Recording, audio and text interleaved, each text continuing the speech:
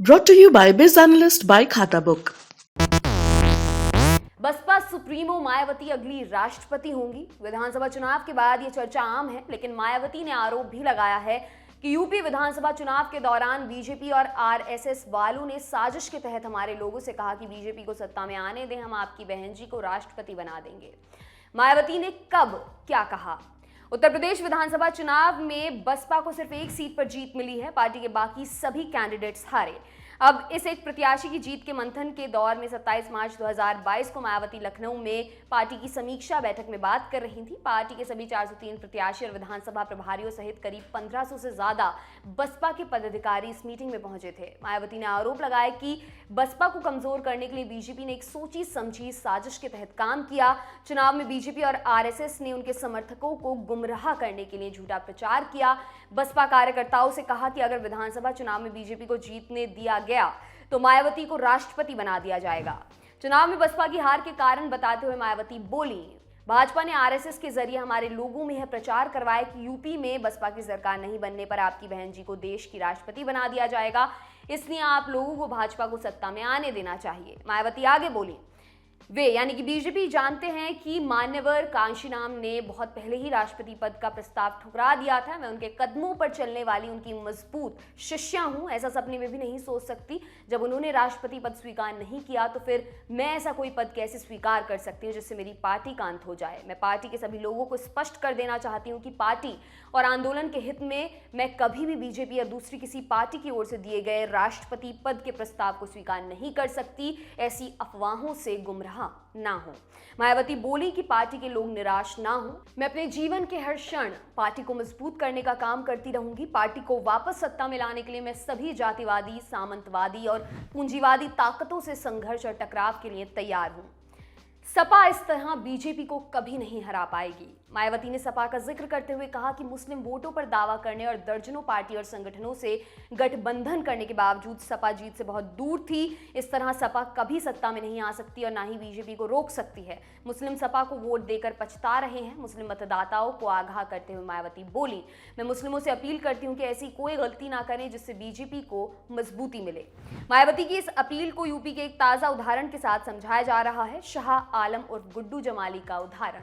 चुनाव के पहले बसपा से जमाली को निष्कासित किया गया था, जिसके बाद गुड्डू जमाली ने आजमगढ़ की मुबारकपुर विधानसभा सीट से एआईएमआईएम की टिकट पर चुनाव लड़ा था, हार गए।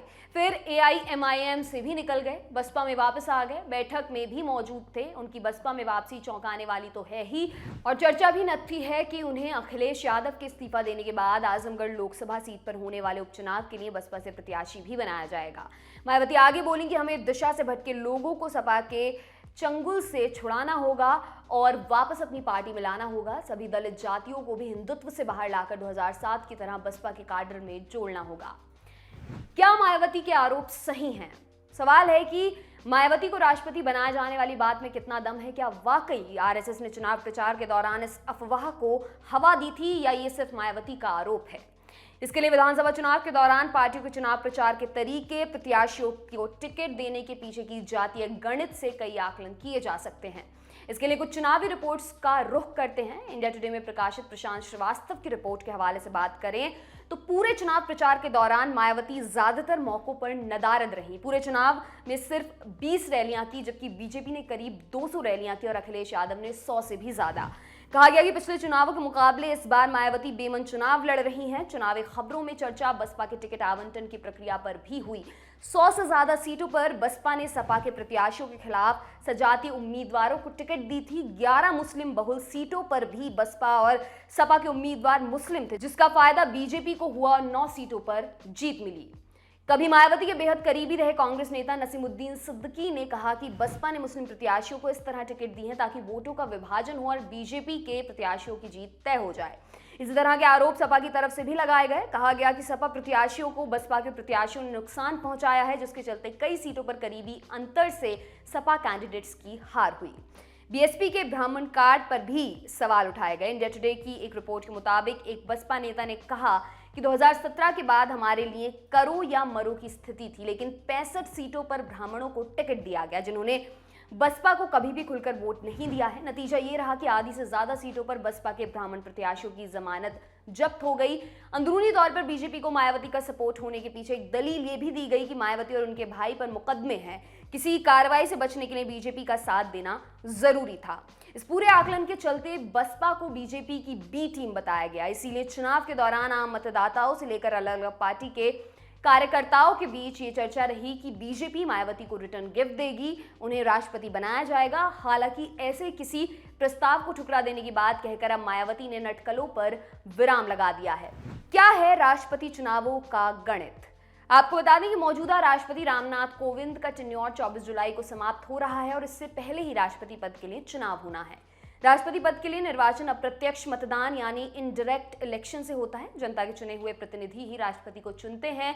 इन प्रतिनिधियों का एक निर्वाचन मंडल होता है जिसमें संसद के दोनों सदनों और राज्यों की विधानसभाओं के निर्वाचित सदस्य शामिल होते हैं। इनके अलावा केंद्र शासित प्रदेशों के विधायक भी चुनाव में हिस्सा लेते हैं। चुनाव आनुपातिक प्रतिनिधित्व प्रणाली के आधार पर होता है। राष्ट्रपति चुनाव की यह व्यवस्था साल 1974 से चल रही है और साल 2026 तक लागू रहेगी। इसमें 1971 की जनसंख्या को आधार माना गया है। आनुपातिक प्रतिनिधित्व प्रणाली में हर वोट का अपना मूल्य होता है। सांसदों के वोट का मूल्य तय है, लेकिन विधायकों के वोट की वैल्यू उनके राज्य की जनसंख्या पर निर्भर करती है। मसलन सबसे अधिक जनसंख्या वाले उत्तर प्रदेश के एक विधायक के वोट का मूल्य 208 रखा गया है, जबकि सबसे कम जनसंख्या वाले प्रदेश सिक्किम के एक विधायक के वोट का मूल्य सिर्फ 7 है। ये मूल्य तय करने के लिए किसी राज्य की जनसंख्या को वहां के कुल विधायकों की संख्या से भाग किया जाता है। इसके बाद जो अनुपात आता है उसे 1000 से भाग दे दिया जाता है। इस तरह जो संख्या प्राप्त होती है उसे उस राज्य के विधायकों के वोट का मूल्य माना जाता है, जबकि सांसदों के वोट का मूल्य निकालने के लिए पहले देश भर के विधायकों के वोट का मूल्य जोड़ लिया जाता है और इसे लोकसभा और राज्यसभा के कुल सांसदों की संख्या से भाग कर दिया जाता है। इस तरह जो संख्या निकल कर आती है वो एक सांसद के वोट का मूल्य कही जाती है। इस गणित से आप समझ गए होंगे कि राष्ट्रपति चुनाव के लिए राजनीतिक दलों के लिए लोकसभा चुनावों के साथ साथ अलग अलग राज्यों में विधायकों की संख्या और विधानसभा चुनावों के परिणामों का क्या महत्व होता है। मायावती पर अपने आरोप है और उनके भी अपने आरोप हैं। पूरी खबर पर आपकी राय क्या, रायशुमारी क्या, सब कुछ के लिए कमेंट सेक्शन खुला हुआ है।